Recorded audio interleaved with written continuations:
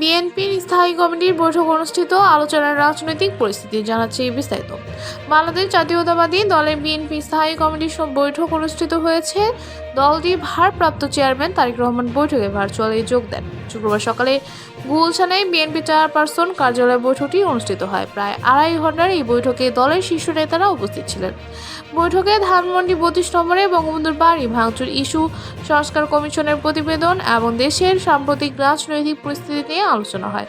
তবে আনুষ্ঠানিকভাবে বৈঠকের সিদ্ধান্ত এখনও জানায়নি দলটি। বৈঠকে বিএনপির মহাসচিব মির্জা ফখরুল ইসলাম আলমগীর সহ স্থানীয় কমিটি অন্যান্য নেতারা উপস্থিত ছিলেন। এছাড়া মির্জা আব্বাস, গয়েশ্বরচন্দ্র রায়, আমির খসরু মাহমুদ চৌধুরী সহ সিনিয়র নেতারাও অংশ নেন। রাজনৈতিক অঙ্গনে বিএনপির এই বৈঠককে গুরুত্বপূর্ণ হিসেবে দেখা হচ্ছে।